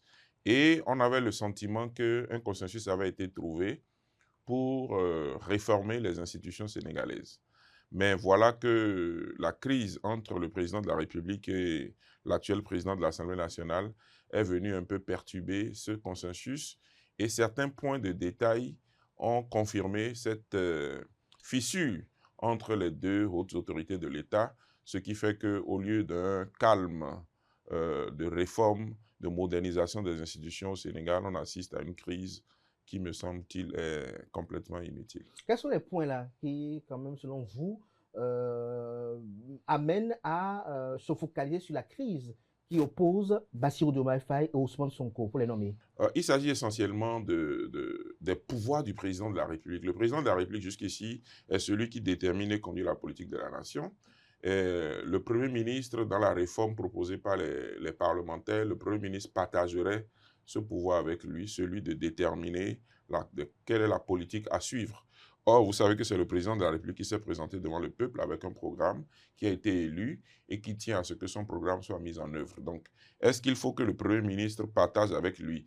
Et dans ce cas où on dit qu'il faut partager ce pouvoir-là, qui sera l'arbitre lorsqu'ils ne vont pas s'entendre? Chaque fois que vous partagez et qu'il n'y a pas celui qui a le dernier mot n'est pas clairement identifié dans les tests, il y a ce risque-là que vous soyez bloqué. Au-delà de ça, il y a aussi, au niveau des nominations aussi, le Premier ministre voudrait partager avec le président de la République les pouvoirs de nomination. Là aussi, si vous n'allez pas dans les détails, vous risquez de créer une crise. Telle personne qui a le droit de nommer telle. Vous savez, au Bénin, dans les années 60, un test disait que le vice-président nomme les membres de la Cour suprême et le président de la République nomme le président de la Cour suprême. Le président de la République a voyagé et le vice-président a nommé tous les membres de la Cour suprême, y compris le président de la Cour suprême, en disant que le président de la Cour suprême est également membre de la Cour suprême. Et ça a créé une crise qui a conduit à un coup d'État dans les années 60 au Dahomey, Bénin. C'est pour vous dire que les tests qui portent également sur les nominations, il faut pouvoir faire attention à ça. Et troisième point de discorde, c'est que on voudrait que la possibilité pour le président de la République de dissoudre l'Assemblée nationale soit réduite à une seule fois sous une mandature, alors que l'Assemblée nationale conserverait la possibilité de destituer le gouvernement autant de fois qu'elle le souhaiterait. Vous voyez que le déséquilibre est manifeste et que ça peut être source de crise. Pour l'expert que vous êtes, pour avoir connaissance de la politique sénégalaise, est-ce que vous pensez que cette réforme constitutionnelle portée par les parlementaires du parti du PASTEF, c'est une réforme taillée à la mesure de Bassirou Diomaye Faye? C'est le sentiment que cela peut donner parce qu'il y avait un projet qui était consensuel, que le président de la République avait soumis d'ailleurs pour avis au Conseil constitutionnel pour lui demander de regarder. Parce que vous savez, en matière de réforme de la Constitution, notamment lorsqu'il y a référendum, le juge constitutionnel ne peut plus intervenir après parce qu'on estime que le pouvoir constituant est au-dessus du juge constitutionnel. Donc, il faut tout faire pour que le juge constitutionnel regarde avant, pour que ce qu'on veut faire soit dans l'esprit de la démocratie. Donc, le président de la République, Bassirou Diomaye Faye, avait pris sur lui l'initiative de demander au Conseil constitutionnel son avis sur les points de consensus qui avaient été dégagés à l'issue des différentes assises. Et le Conseil constitutionnel avait donné ces avis-là. Donc, il s'agissait maintenant de savoir quand est-ce que le président de la République allait démarrer le processus. C'est dans ce cadre-là qu'on attendait quand les parlementaires, qui ont également le droit d'initiative en matière de révision de la Constitution, ont pris le test, l'ont amendé à leur manière et ont introduit ce nouveau test-là. Le représentant du président de la République, le garde des Sceaux, au niveau des débats parlementaires, a souhaité que certains amendements soient pris en compte dans le test qui était en débat pour que cela reflète un consensus entre le Parlement et l'exécutif. Et il n'a pas été entendu, donc les parlementaires, sur la base de leur majorité écrasante, sont allés jusqu'au bout et ont adopté ce test-là. Il y a un dernier point de divergence qui porte sur la déclaration des biens à l'entrée comme à la sortie. Donc, le résultat est qu'aujourd'hui, le sentiment est clair que l'Assemblée nationale veut faire le forcing et le président de la République se retrouve comme écarté, alors que si l'on regarde bien le test même de la Constitution, le président de la République a un rôle éminent en matière de processus de révision de la Constitution. Il est dit, à l'article 103 de la Constitution du Sénégal, que les deux ont l'initiative, c'est-à-dire que ce soit l'Assemblée nationale ou le président de la République, ils ont l'initiative. Mais après le premier vote au niveau de l'Assemblée nationale, qui est le vote d'adoption de ce test, l'équivalent de ce que nous, au Bénin, on appelle la prise en considération, le test doit être envoyé au président de la République, qui dispose de la prérogative de choisir soit de retourner le test à l'Assemblée nationale pour que l'Assemblée nationale fasse l'approbation, donc l'adoption définitive, soit de recourir au référendum pour que le test soit adopté. Donc, le président de la République a cette prérogative-là, mais dans le cas d'espèce, le président de l'Assemblée nationale a considéré qu'il devrait envoyer simplement le test au président de la République, qui devrait tout simplement promulguer et qui pourrait se passer de la deuxième phase parce que le président de l'Assemblée nationale invoque une jurisprudence du Conseil constitutionnel sénégalais qui dit que lorsque, au moment du premier vote, vous avez atteint une majorité très forte, écrasante, qui est l'équivalent de ce qu'on attend du deuxième vote, le deuxième vote n'est plus nécessaire.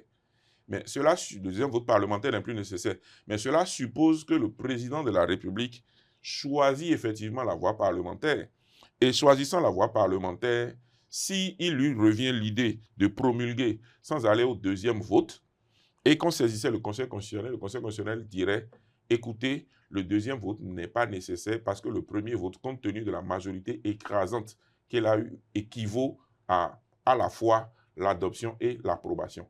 Donc, c'est sur cette base que le président de l'Assemblée nationale souhaite que le président de la République ne cherche même plus à revenir à rechercher une approbation qui aurait déjà été donnée par le premier vote. Alors que le test de la Constitution donne prérogative au président de la République de choisir la voie d'adoption définitive, la voie d'approbation. C'est à lui de choisir s'il veut aller au référendum ou s'il veut choisir la voie parlementaire. Deux petites interrogations. Alors, à vous entendre, à vous suivre, cela veut dire que le président Bassirou Diomaye Faye a encore la possibilité de soumettre le test au référendum. Maintenant, est-ce que la Constitution prévoit un délai de soumission au référendum? Non, c'est à lui, il n'y a pas de délai. Donc, il peut décider de le faire dans 4 ans ou dans 3 ans? Non, bon, écoutez, il y a un esprit quand même des tests. Il y a un esprit, quand le processus a démarré... Mais est-ce que la Constitution a précisé un calendrier ou astreint le président de la République à un calendrier, à un agenda pour présenter ou soumettre le texte au référendum? Non, il n'y a pas de calendrier parce que, précisément, il faut laisser, selon les circonstances, au président de la République le processus. Il doit conduire le processus. Aujourd'hui, certains disent que, compte tenu de ce qui est sorti de l'Assemblée nationale, le président de la République, regardant l'écart qu'il y a entre la Constitution actuelle et ce qui est sorti de l'Assemblée nationale, il peut souhaiter initier des procédures, des processus de dialogue avec plusieurs couches de la nation, la société civile, les universitaires, les journalistes, les anciens dirigeants du pays, écouter les uns et les autres pour décider souverainement s'ils souhaitent que ce test-là aille jusqu'au bout ou s'ils souhaitent demander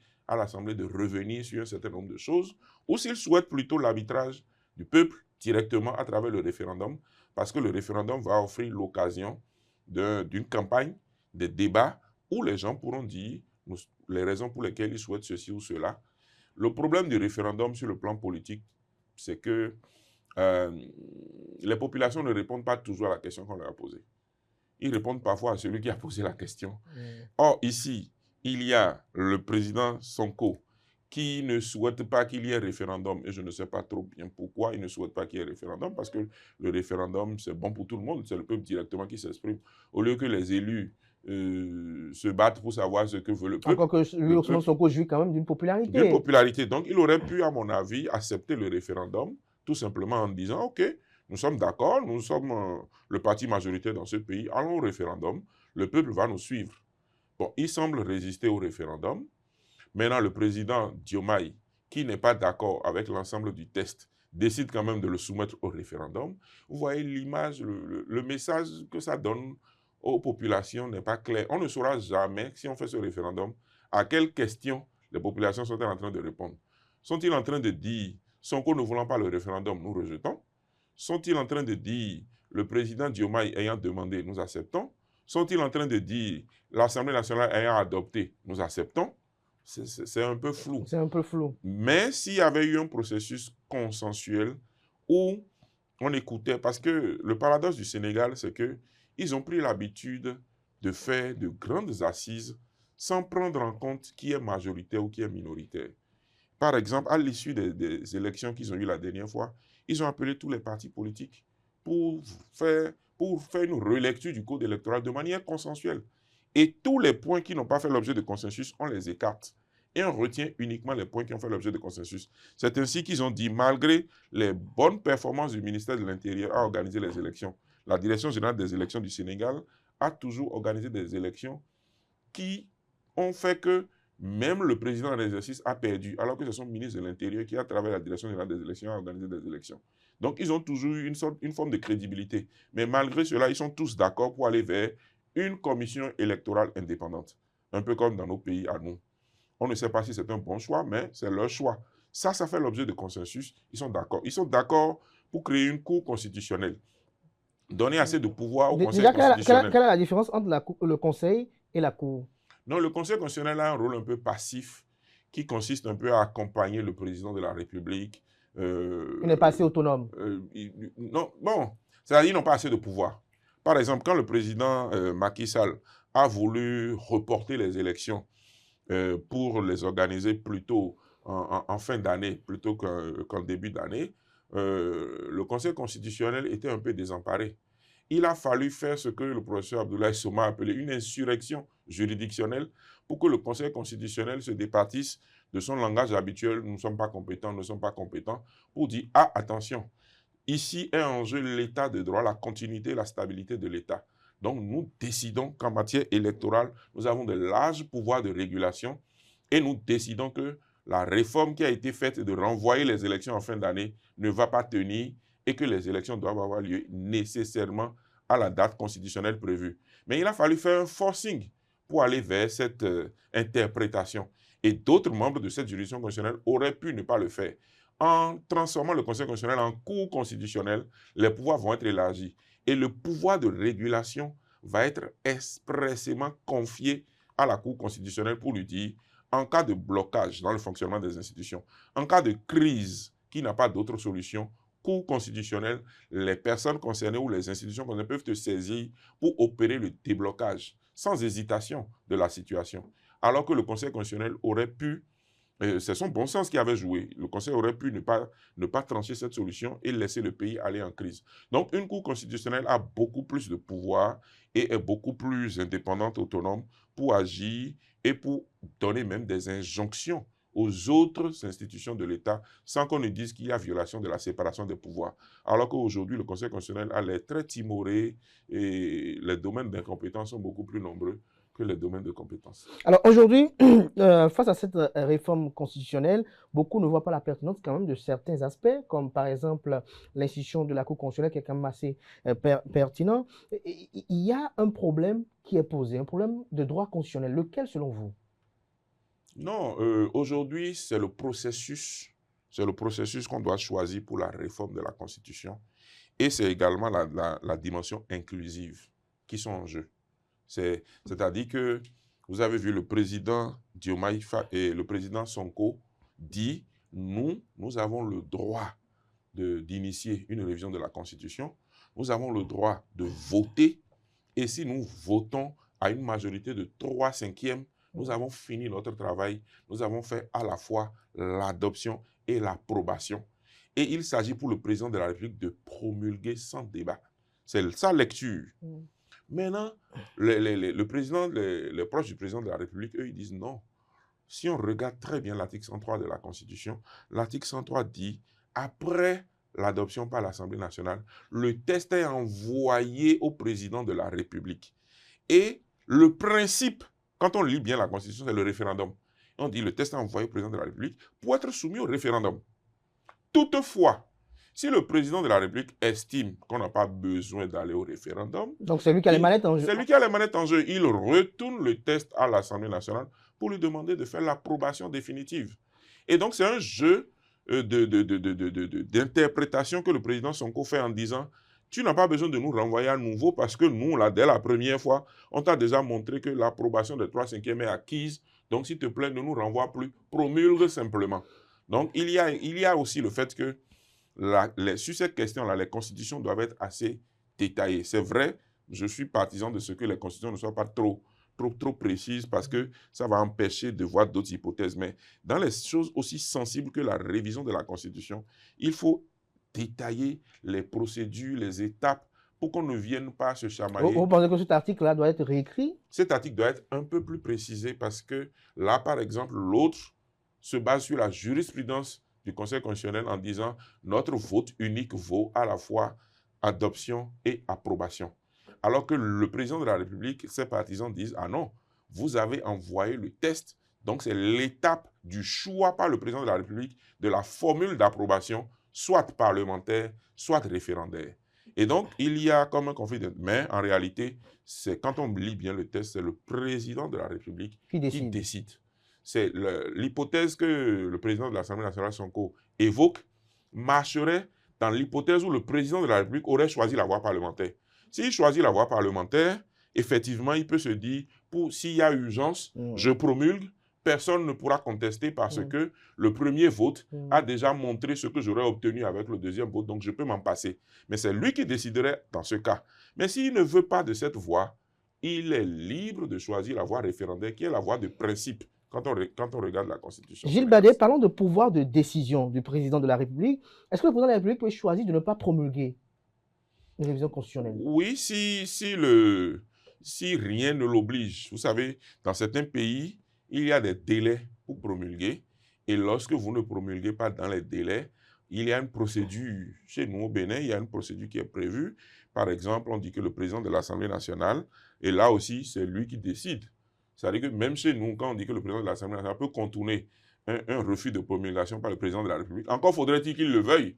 Encore faudrait-il que le président de l'Assemblée nationale dise « Ah, le président de la République a refusé de promulguer. Moi, je veux essayer de mettre en vigueur. Donc, je saisis la Cour constitutionnelle qui va vérifier s'il n'y a pas de problème de contradiction avec la Constitution. Et s'il n'y a pas de problème de contradiction avec la Constitution, la Cour constitutionnelle va déclarer la loi exécutoire.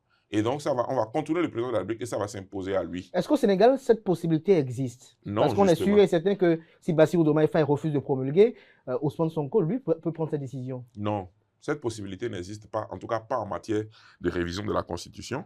Et donc, on va aller à une crise parce que si l'Assemblée nationale a voté un test que le président de la République ne promulgue pas et que les choses en restaient là, on va assister à une crise. Mais cette crise n'aura pas lieu parce que le président de la République, par l'intermédiaire de son garde des Sceaux, a dit clairement à la séance même d'adoption au niveau de l'Assemblée nationale que le président de la République va soumettre ce test que vous venez de nous envoyer au référendum. Donc les choses sont claires. Il n'y aura pas de problème. C'est vrai qu'a priori, le test ne sera pas promulgué, mais le test ira en référendum. Et on ne peut pas empêcher le président de la République de choisir la voie du référendum. C'est sûr que lorsque le président de la République refuse de ne pas se limiter au Parlement, c'est parce qu'il a la quête. Vous savez, dans toute révision constitutionnelle, il y a toujours un gain politique à en tirer. C'est-à-dire qu'il espère que la voie référendaire lui donne raison. Alors, au cas où la voie référendaire lui est défavorable, lui, président de la République, est-ce qu'il peut dire « je ne promulgue pas ça » ? Non, non, si la voie référendaire lui est défavorable, il ne peut pas constituer un obstacle à la voie référendaire. Et là encore, voilà, le Conseil constitutionnel, malgré, disons, ses pouvoirs limités, saura trouver dans le bon sens, dans l'état de droit, dans la continuité de l'État, les arguments pour dire que le président de la République ne peut pas bloquer une réforme voulue par le peuple, qui est le peuple souverain. Vous savez que dans toutes nos démocraties, la première autorité, c'est le peuple souverain.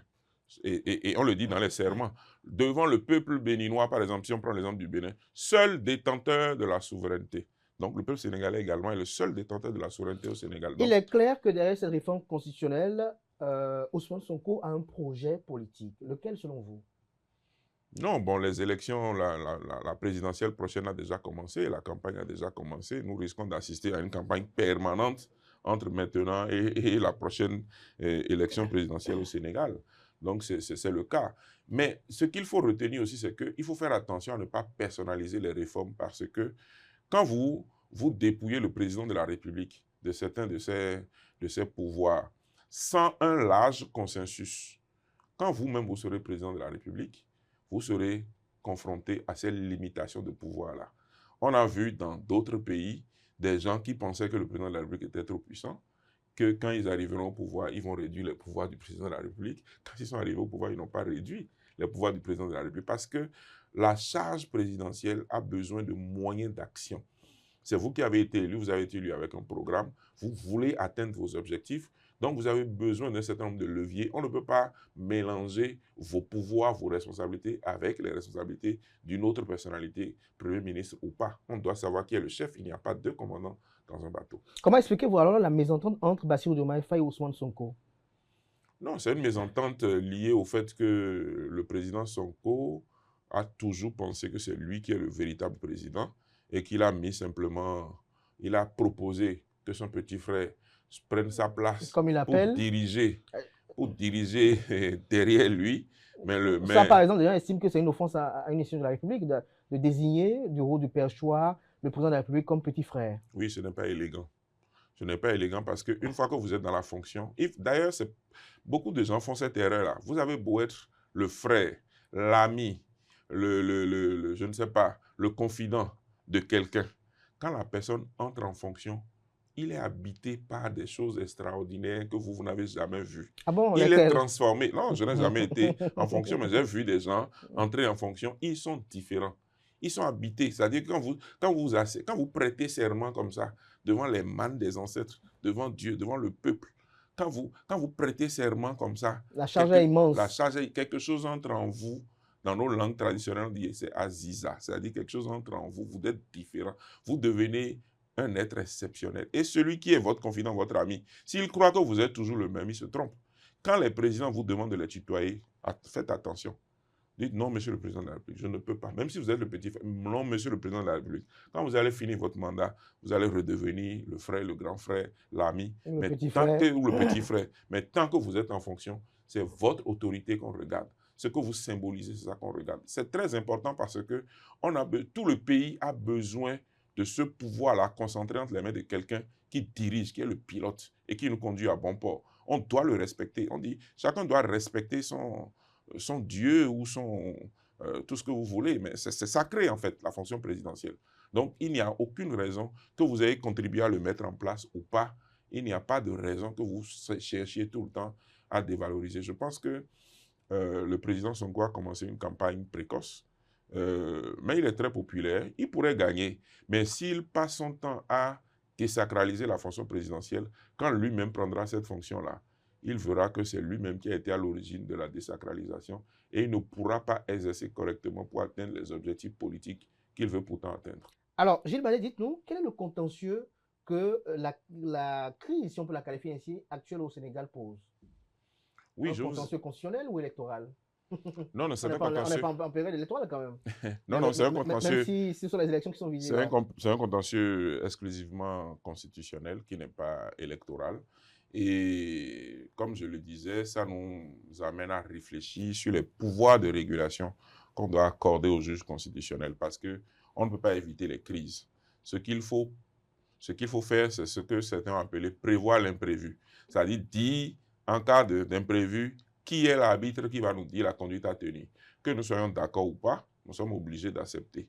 Et donc, ce mécanisme doit exister parce que vous ne pouvez pas à la fois avoir un pays où il y a des conflits permanents entre les institutions et ne pas avoir un arbitre légitime prévu par les textes pour disons, mettre fin à ce conflit-là. Sinon, vous allez épuiser les processus de suivi civilisé de règlement des litiges et quand on finit d'épuiser les voies civilisées de règlement des litiges, on tombe sur les voies non civilisées, c'est-à-dire le recours à d'autres moyens que les tests, à la rue et plus. Et ça, ce n'est pas souhaitable.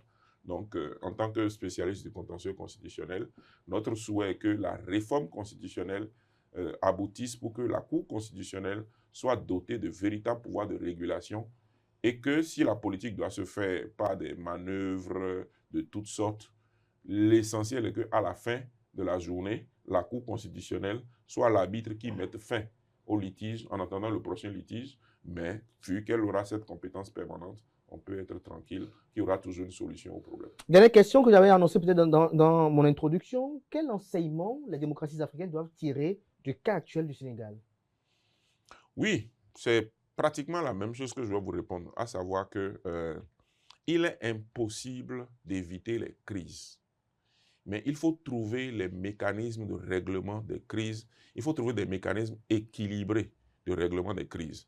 Si c'est la dissolution, si c'est les élections anticipées, si c'est la fonction de régulation du juge constitutionnel, vous devez clairement, il ne faut pas évacuer l'hypothèse de crise dans votre fonctionnement. Il faut prévoir les crises, il faut anticiper sur le règlement des crises, même si vous ne donnez pas tous les détails, dites au moins celui qui va mettre fin aux crises. Comme ça, vous êtes tranquille. Quand ça arrive, on appelle l'arbitre. L'arbitre parle, tout le monde s'incline. Tout à l'heure, je vous ai vu rentrer avec ce bouquin-là, Contentieux constitutionnel et électoral, tome 1 et tome 2, analyse des fondements, des compétences et des procédures en droit béninois et africain. Qu'est-ce qu'il y a dedans? Je me suis amusé à dire, un peu comme le disait Ladi à la maîtresse, lorsque on était dans 3 fois un village, la connaissance est lourde. Ici, on sent que le bouquin est lourd. Oui, vous savez, ça fait effectivement quand même une trentaine d'années que je travaille en matière de contentieux constitutionnel. J'ai eu l'occasion de travailler sur cette question dans mon master, dans ma thèse. J'ai eu l'occasion d'exercer dans la pratique comme secrétaire général de la Cour constitutionnelle du Bénin. Ça m'a donné l'occasion de voyager un peu, de faire quelques consultations, même après avoir quitté mes fonctions. Donc, c'est toute cette expérience que j'ai voulu mettre dans ce document, en séparant la partie académique et théorique dans le tome 1 et la partie expérience de terrain dans le tome 2. Donc, dans le tome 1, c'est un ouvrage classique de contentieux constitutionnel et électoral, alors que dans le tome 2, c'est une compilation d'expériences de différents pays par rapport à la mise en œuvre de la théorie générale du contentieux constitutionnel. Ce bouquin est utile à qui? Le tome 1 est utile à tous. Le tome 2 aussi pourrait, mais le tome 2 intéresserait davantage les praticiens, les membres des institutions, les jurys, ceux qui veulent faire des réformes, pour qu'ils voient dans la pratique comment est-ce que les tests ont été mis en œuvre, quelles sont les difficultés, quelles sont les réformes qu'il faut faire. Donc les experts pourraient être plus intéressés par le tome 2, alors que tout le monde est intéressé par les deux tomes. Il est disponible à Cotonou? Il est disponible à Cotonou, dans les grandes librairies de la place. Et il est également disponible sur le site internet des éditions L'Harmattan. Merci à vous, Gilles Badé. Je rappelle que vous êtes ancien secrétaire général de la Cour constitutionnelle du Bénin. Vous êtes maître assistant en droit public à l'Université d'Abomey-Calavi. Vous avez exercé comme expert constitutionnel, juridique et ou électoral dans de nombreuses organisations internationales, entre autres au Bénin, au Burkina Faso, à Madagascar, au Sénégal, en République centrafricaine, en Guinée, au Gabon, en République démocratique du Congo. Vous êtes auteur d'ouvrages et d'articles, notamment en droit et contentieux constitutionnel. Merci d'avoir accepté l'invitation. À très bientôt. Si éventuellement la situation évolue, on va revenir pour poursuivre les commentaires. Merci à vous, chers amis internautes. Et c'est pour fin Free Matin ce matin. Merci pour l'attention, portez-vous bien. Belle suite de programme sur ESAE TV. On se retrouve demain par la grâce et la volonté divine, sans occulter celle des mâles de nos ancêtres.